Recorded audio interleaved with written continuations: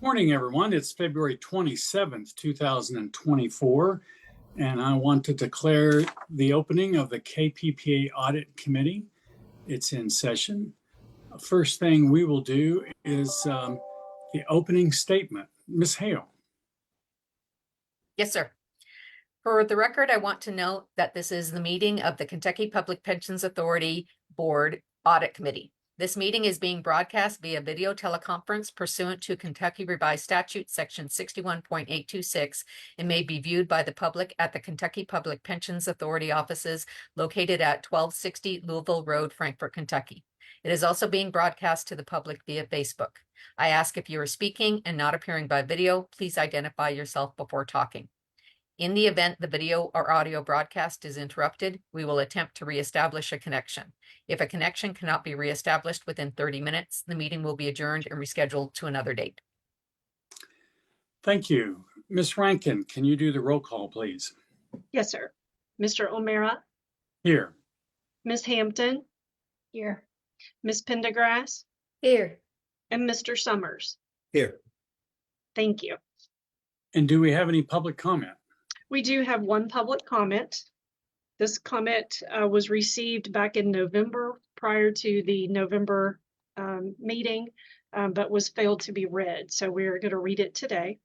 It is from Norman Foltz, and it reads as follows. No COLA raise coming. Thank you. All right. Next on the agenda is approval of November 22nd, 2023 minutes. Do I have a motion to approve?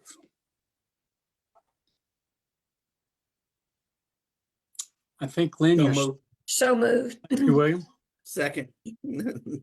Thanks so much. Any discussion, corrections, questions? Hearing none. All in favor, please say aye. Aye. Aye. That motion is approved and the meetings are adopted. Next on our agenda is discussion of proportionate share audits in accordance to GASB 68 and 75.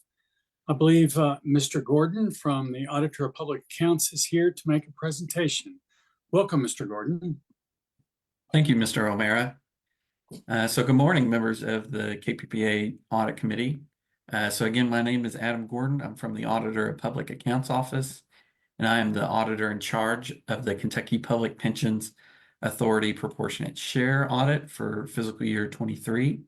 My audit manager, Linda Hinton, is online, and also I believe Matt Fry, who is my executive director for my branch, is also online. As you may know, the Kentucky Revised Statute requires that at least once every 5 years, the APA is to perform KPPA's audit. We audited the financial statement for fiscal year 23, and then our last audit for the proportionate share was fiscal year 18. So now 5 years later, we're doing the 2023 audit. Management is still responsible for the preparation and fair presentation of these schedules. So the proportionate share schedules essentially report on the cost-sharing retirement plans for each employer's share of the liabilities, deferred outflows and inflows, and any other related expenses for both pension and OPEB. So we audited these schedules that were prepared by KPPA's actuaries, and we will provide management with 2 reports, one for pension and one for OPEB, each of which will include our audit opinion and the government auditing standards, also known as Yellow Book letter. Our end of field work for this audit is planned for KPPA's board meeting, which will meet March 21st. We will release our report once it is approved by the full KPPA board on March 21st. As part of our audit, we are required to communicate to those charged with governance certain topics. We will be emailing this letter again, just like we did with the financial statement audit, to the chair of the KPPA Audit Committee and the chair of the KPPA board, who will then be responsible for distributing it to all the members. We have nothing to note regarding significant unusual transactions, uncorrected misstatements, significant policy changes, or significant difficulties or disagreements with management. And so there will essentially be nothing to issue on that in our letter. Regarding our opinion at this time, there were no findings or issues have come to our attention, and we anticipate issuing an unmodified or clean opinion. And then just with that, we'll definitely would like to thank all of management, the actuaries for working with us in reviewing these calculations. We are currently drafting the actual report. So essentially what is shown on screen is kind of the Excel file, but we have audited all of these numbers so far, and right now we're just in the compilation period, which takes some time putting all of these schedules into an easily readable format. But with that, that's the end of my presentation. Are there any questions for me?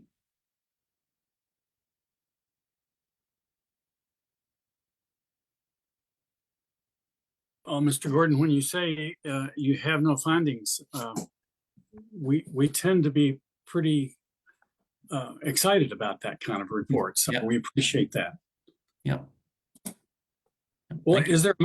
is there a motion to accept the draft GASB 68 and GASB 75 proportional share audits as presented? Moved. Well, I have a problem with the information that we have in board books. There's no way for me to know whether or not these individual numbers are correct. I usually rely on the auditor's report, and we don't have that.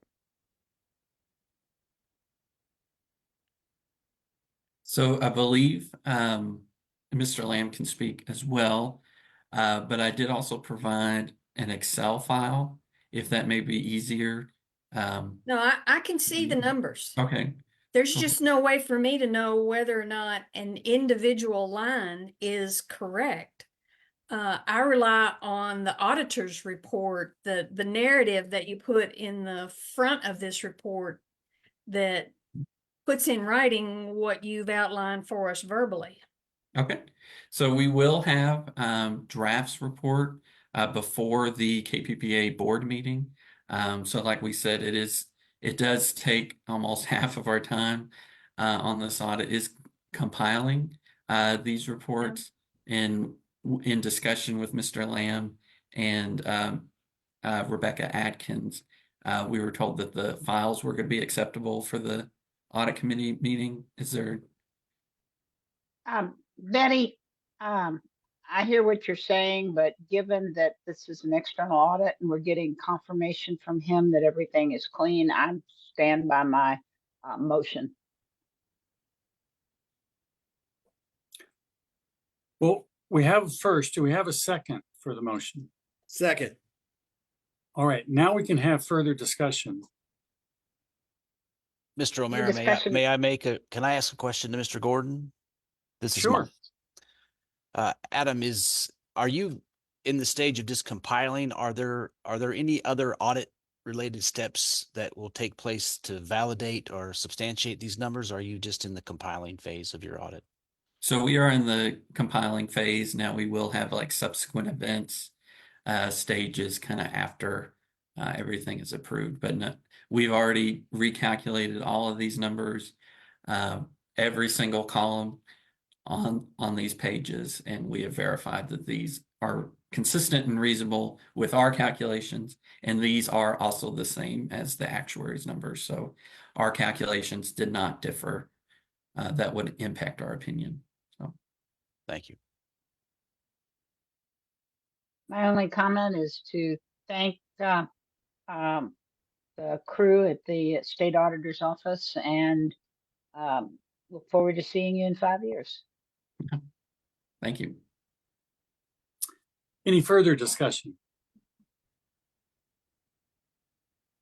Hearing none, all in favor of the motion, please say aye. Aye. Aye. Any opposed? I'll abstain. One abstention. All right, that motion is adopted. Thank you very much, Mr. Gordon, and your staff. We appreciate your efforts and being here today. All right, thank you. With that, I believe we'll go ahead and leave this the meeting. But if you all have Sure. any questions, again, just send it to Mr. Lamb, and I'm sure he can reach out to me on those too. So thank you all. Thank you very much. Next, we go to financial reporting update. And first would be memorandum and discussion of the submission of the 23 ACFR. Ms. Davis.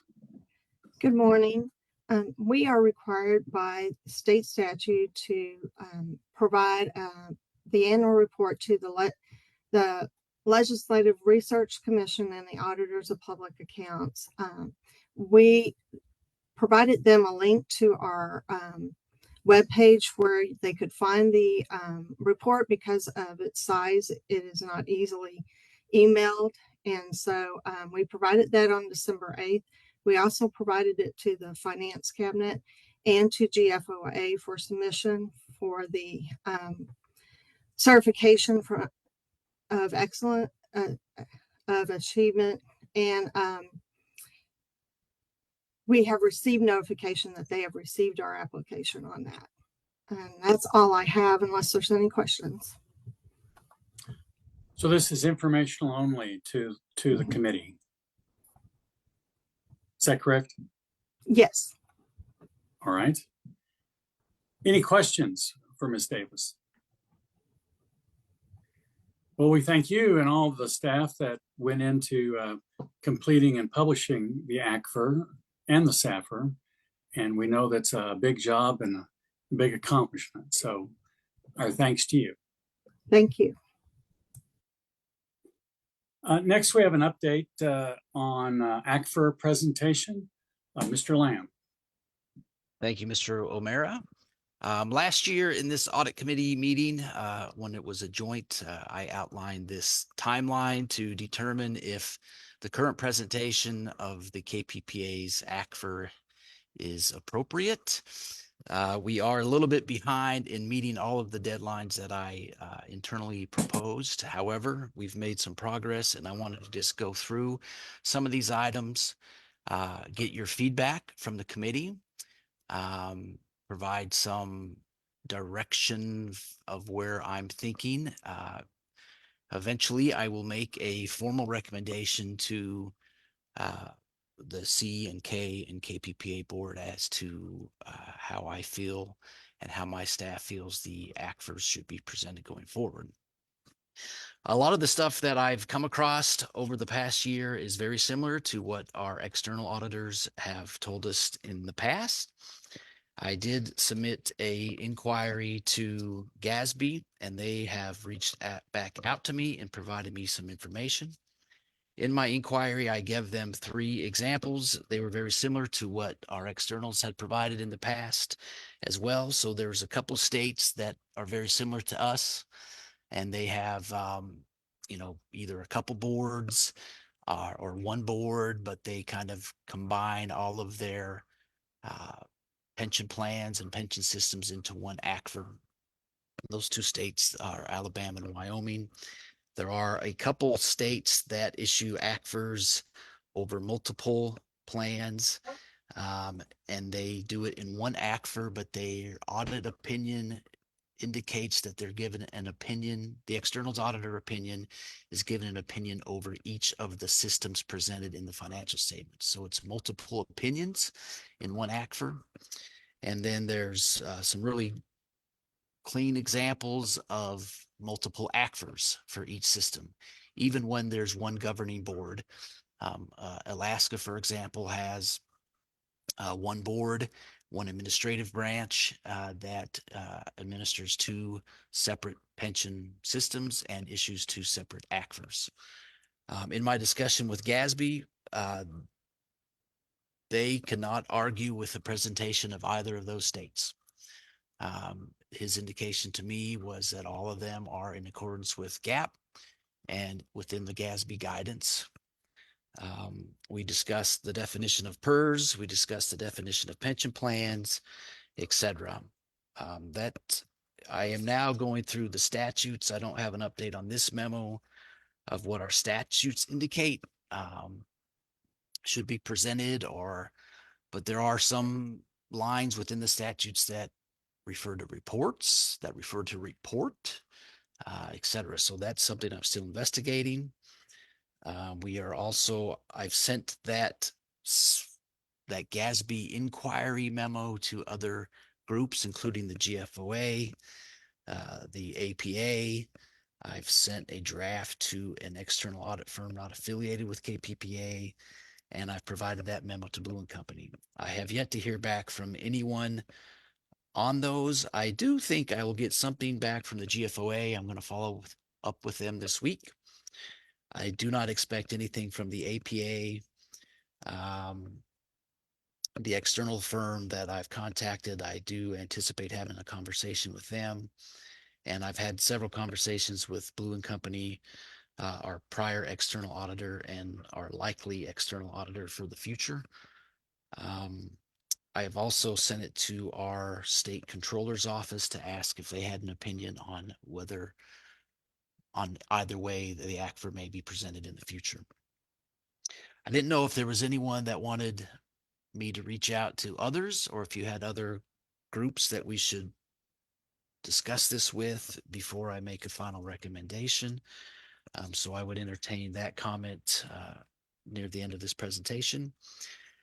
Some other things to consider, the external audit fee, if we do different presentation style than we're doing now, would likely increase. Their audit scope would need to be around each of the systems, probably an audit scope around the C system, probably an audit scope around the systems that are managed by the KRS board. So that would be KERS and the state police. So that would increase a little bit just on the separate scopes and separate opinions. I don't anticipate much cost internally. We don't publish the ACFR anymore. It's just put on the website. But administrative time obviously would be a little bit affected because we would be reviewing 2 full books or 2 opinions within 1 book, etc. So there will be some nuances with that and some review things that need to happen. What I've done, Sherry, if you want to jump to page 213 just for a moment. This, I had communications help me with a draft cover of what a separate C financial report may look like. So this is basically, we just took the 6/30/2023 ACFR and split it up. And if you page down, I just put the basic financial statements in here. You know, it just has the C plans for pension. I think if we make a recommendation to do two ACFRs or even a combined ACFR with multiple opinions, I will need to work with the external auditors on the presentation of these financials, on how they should be presented. Maybe we do pension and insurance together by system, etc. I think all that can be worked out cosmetically after the recommendation is made.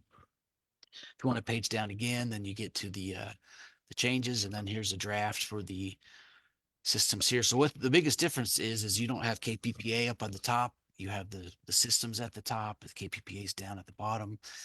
As far as I know through my research, both audit reports and systems would still be considered component units of the state of Kentucky and would therefore roll into the ACFR. The current ACFR presentation in the state of Kentucky has the plan separated and listed. So it has the C pension plans, it has the K pension plans, and it has the state police pension plans, all separated in their presentation in the ACFR.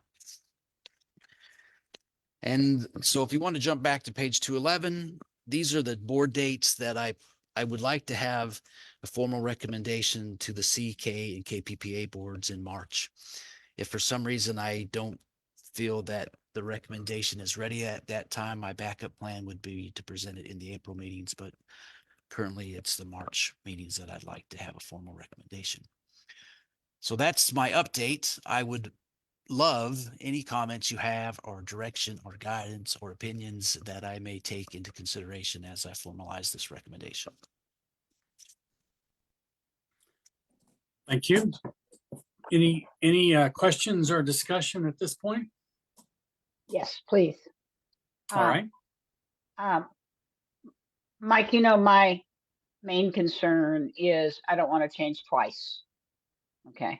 So, um, so it's like stay where we are until such a time as we have a definitive action. And it seems to me that Gatsby sounds like they're not going to take a definitive action. Uh, there are multiple states, and everybody has a different way of looking at it. And I personally don't think that's, if I was sitting up at Moody's or Standard and Poor's, I don't think that's a really good way to look at things. So is there any, when you talked to Gatsby, was there any thought that they might actually address this and opine on a proper way of reporting? They will not. I did ask if I could follow up with him, maybe with some other members of my management team and the executives, and he said yes. And so I'm formulating some questions, but he was very adamant that they will not put anything in writing and that they would just direct us to the guidance. The guidance out there is very limited. It pretty much is just definitions. It's not a topic for the board that they feel is necessary to pursue. And again, Gatsby did not necessarily have any. He clearly said he cannot. His words were very specific. I cannot argue with any of the presentations that you provided me. So I think what I concluded with Gatsby is basically this will come down to a management and or board decision as to how they or we as management want our ACFRs presented. Okay. And you didn't mention the SAFR. I assume that you're talking about two of those too. Well, the SAFR, I don't really think's governed under Gatsby. So I think once we decide what to do with the ACFRs, that we could have separate discussions under the SAFRs, because that might even be a more heated topic than the ACFRs. Interesting. That's an interesting thing. So in other words, we choose at this point, we choose to have one of the SAFRs. Theoretically, we could have two. We're not breaking any rules. You could actually have three if you wanted to do the state police separate also, Yeah. but yes. Yeah. Okay, that's interesting. Okay. Well, I will, I think, we've talked about it before, I just don't want you all to have to go through this multiple times, Understood. Thank you.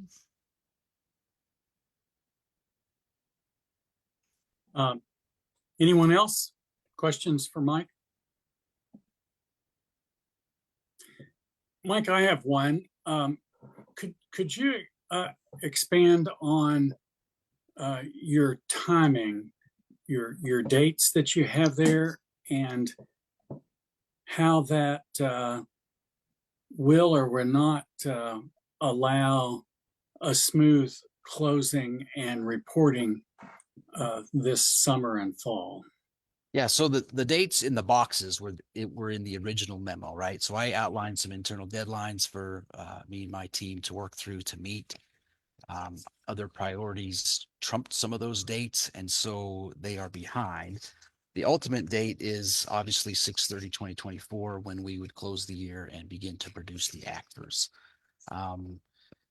I think the biggest date that's missed that concerns me was the presentation and approval from the boards. I intended to do that in November and December, but that would likely, again, like I say, happen in March. All of the other research that had deadlines and dates, I think, were just time markers for me. But those hard ones are the board approvals and then obviously the issuance of the ACFR. I don't know what type of accounting system changes we need to make. In discussion with my team, everything's tracked separately anyway. I think it would just be in the compilation of the ACFRs, which would take a lot of internal time to do. We've already tried to do that by putting together 2 drafts of the C and the K. My team's done that, but you're going to have different transmittal letters if you do 2 ACFRs, even one combined ACFR with multiple opinions. And in my discussion with our externals, there's going to be increased costs no matter what we do, and the cost, I think you need to be aware, is going to be pretty high.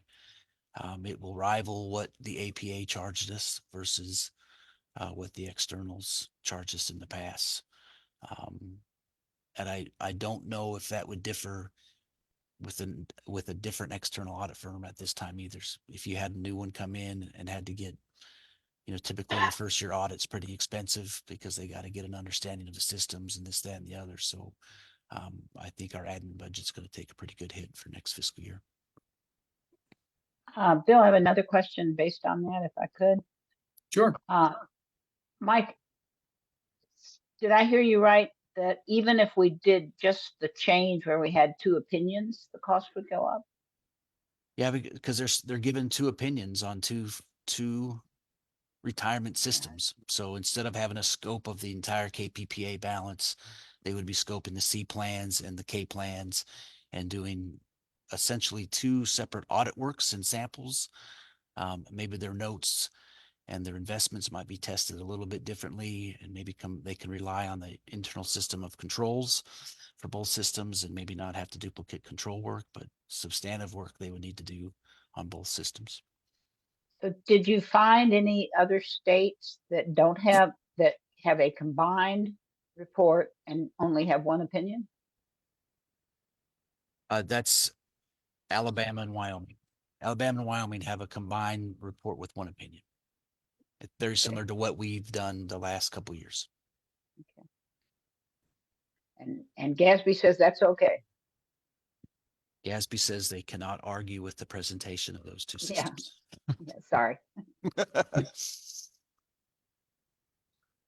Artfully worded. Yeah. All right. Well, thank you for the update. I think it's important for this body to be aware of what you've done and what we still have to look toward before going to the full KPPA board. Who is the one that publishes the act, correct? That is correct. I think I would internally seek approval from the C and K boards on how they want to do it. And then I think the ultimate decision would be the KPPA board. But I think I would be remiss if I didn't get the opinion or at least the acceptance of my proposal from both boards before moving to the KPPA board. Appreciate it. All right. Any other questions, comments? Thank you, Mr. Lamb. We'll go now to legal updates. Ms. Bass on information and disclosure incidents. Good morning. I'm Carrie Bass with the Office of Legal Services, touching base on the potential disclosures and breaches in the second quarter of the 2023-2024 fiscal year. And as you can see from the material provided to the audit committee, there was essentially one event that resulted in the disclosure of over 6,000 members information that resulted from essentially a hacking event of a KPPA vendor.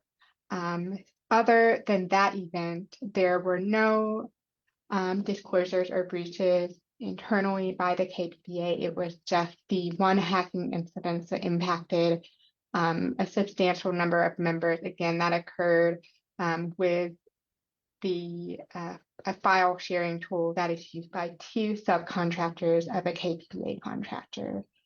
If you have any questions, please let me know. Any questions for Ms. Bass? Yes, Mr. Chilton. Yeah, Carrie, I was just wondering if we report any of the disclosures or breaches to any other agency, like the HIPAA rules and all that. In this case, the two subcontractors that were impacted took care of the HIPAA reporting requirements, and the KPPA did notify various state agencies as required by Kentucky law in the event of such disclosures.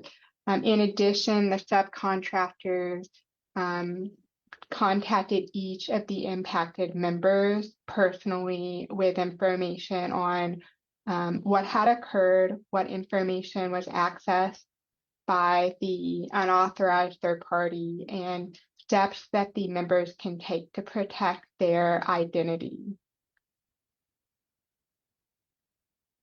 Okay, so even one incident has a reporting requirement. Yes, Okay. Thank you. no problem. Any other questions? Seeing Thank you for none, your time. thank you very much. All right, next are anonymous tips. Ms. Hold. Good morning. I'm Stephanie Hull, the investigator here in the Office of Legal Services, and I'm here to provide the information related to the fraud tips received since the last audit committee meeting held in November. As you can see, we've received 7 new tips, and we were able to close 3 of them after conducting a thorough review. 4 tips remain open for additional investigation or monitoring. We currently have 9 open tips. 4 of those relate to allegations of prearranged agreements. 2 involve employer reporting. 1 involves pension spiking. 1 related to disability retirement fraud. And 1 case in which an employee is allegedly not working the hours that are claimed, but still receiving retirement credit. If you go to the next page, Sherry. We were able to close 5 of the cases that were open as of the last meeting. 2 of the cases did not involve a KPPA member, and for 1 of the allegations, the individual could not be identified. 1 case with allegations of a prearranged agreement was closed because the member had not submitted any reemployment documents after a year of retirement. And 1 case was closed at the office after the Office of Legal Services received some additional verification regarding reemployment, and the reemployment was ultimately approved. Are there any questions? All right, hearing none, thank you very much. You're welcome. Next, we go to the audit committee updates. Ms. Coffey, would you walk us through these, please? I will. Good morning. So the first item from the audit committee updates is the internal audit budget. And I am actually going to turn this over to Matt and let him go over the budget. Perfect. Thank you. This is the current state of our budget as of the end of quarter 2 of fiscal year 2024. We've spent a little under half of the budget, and I think overall we can expect to come in a little under budget for the rest of the year. Our biggest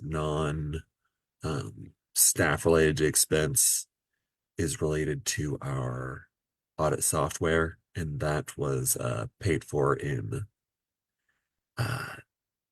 this quarter as well, in full. Are there any questions on the audit budget? Which line item is the software? Is that That would- computer equipment? Yes, that's computer equipment. Okay, thanks, Matt. Yep, there it is, in narrative. Any other questions for Matt? All right. Kristen? Yep. So the next 2 items on the agenda, there's no information in board books related to these. The first one is an emergency planning update. So we've received some questions during the past couple of weeks related to KPPA's emergency planning. What type of plan do we have in place? What kind of testing is performed? How often is it tested? And based on the information in the questions, I believe this relates to our disaster recovery and our COOP planning, our continued operations.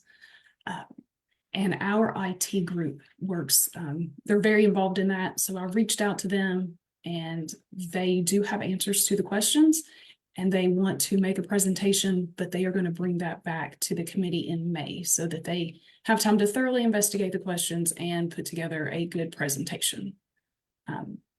So if there's any specific questions you have that you would like them to address, I'm happy to take those back to the IT group.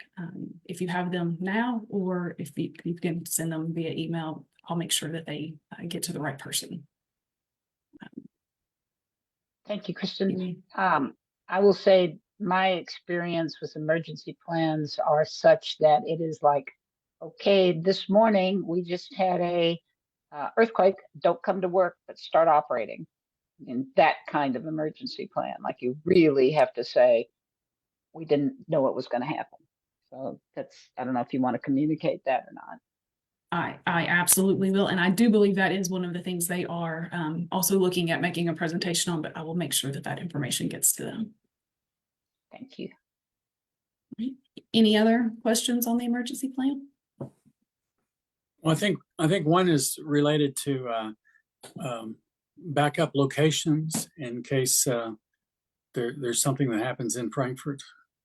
Yes, that I did relay that information to them, and they are going to address that in their presentation. Thank you very much. You're welcome. You want to go to a risk assessment update? I can. So the next item, again, there's nothing in board books on this. Internal audit is working on the annual risk assessment right now. We sent out surveys to 41 KPPA employees in January, and we've also sent surveys to some of the board members. The surveys from KPPA staff were due February 16th. We received 22 surveys back from the 41 that we sent out, and the ones sent to the trustees are not due until the end of this month.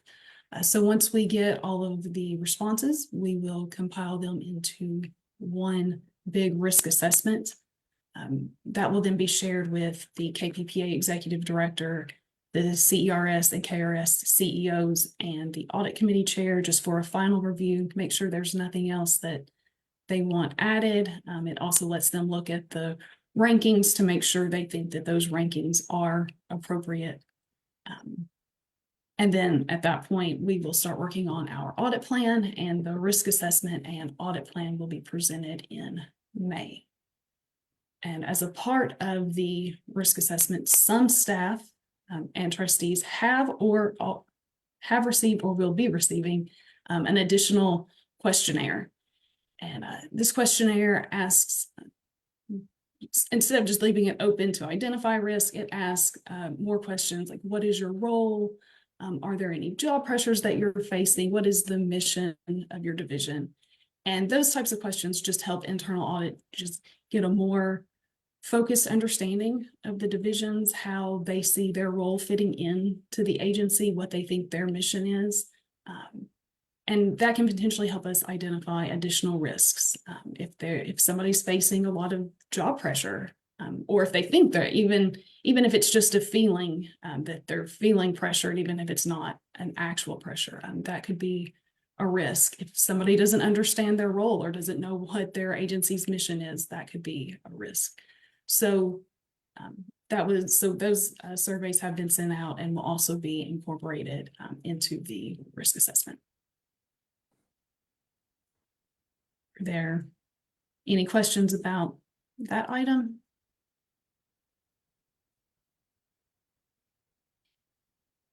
All right. You want to go to internal audit projects? Absolutely. So this is the status of our current audits. I'm actually going to turn this one over to Will and Madeline and let them give an update. And I think Will is going to speak first. Yes, good morning. I'm going to talk about the status of our current projects and all of the hours used, and the variance is on the far right of our table here. Anything in red is going to be projects that have gone over budget, and all of those have a note explaining them at the bottom. If you have any questions about a specific audit or a specific overage, Kristen will hop back on and handle those. And if you have any other questions, and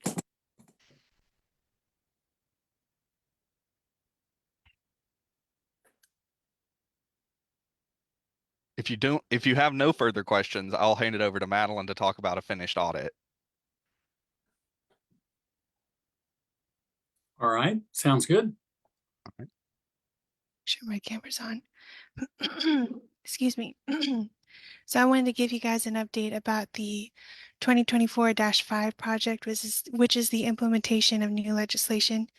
This project is pretty much finished. We're just waiting on responses back from management so that way we can present the findings, management's response, all in the audit report. So that's all we're waiting on. Unfortunately, we weren't able to get it ready for this audit committee meeting, so it'll be presented in May. And that's all I wanted to share about that one. Do you guys have any questions? And if not, I will hand it back over to Will, or I believe Melinda might be next.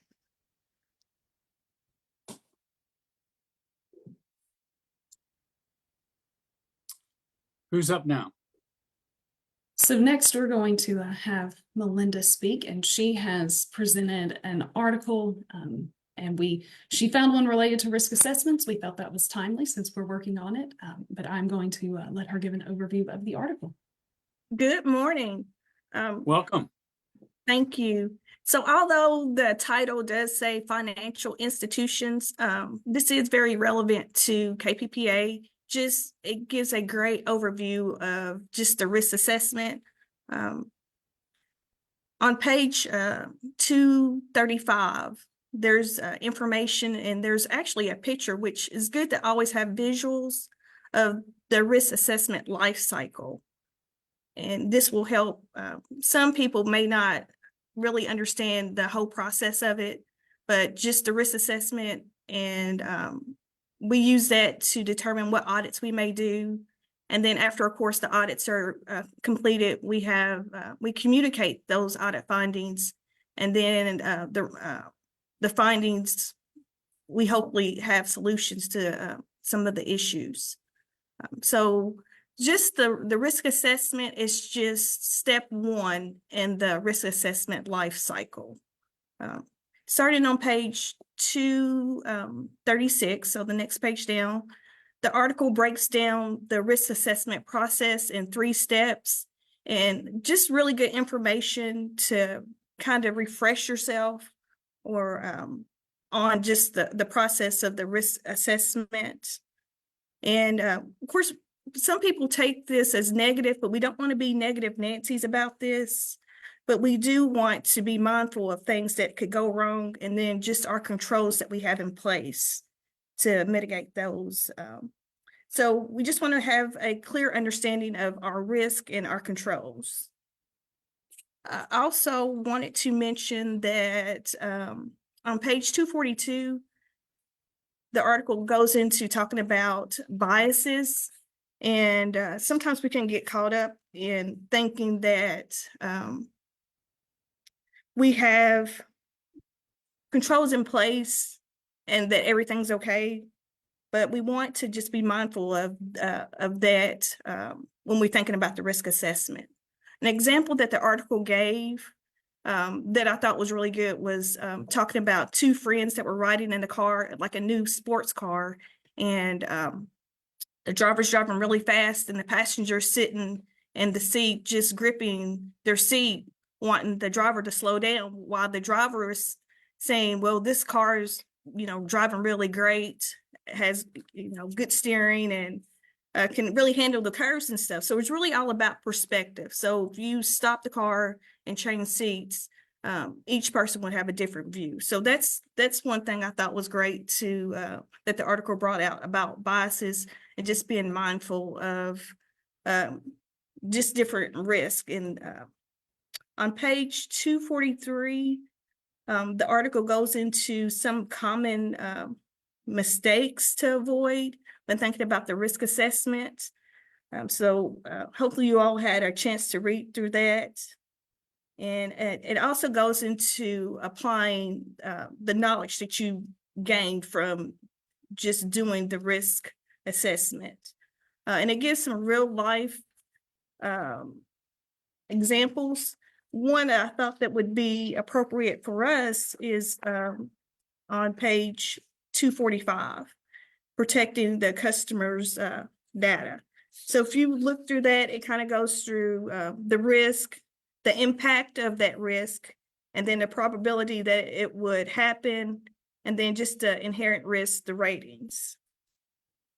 And then it also mentions compliance as an example. So those will help people gain a better understanding of the risk assessment and the controls. And then just the conclusion was that the goal of the risk assessment is not to eliminate risk, but just to align it to the organization's goals.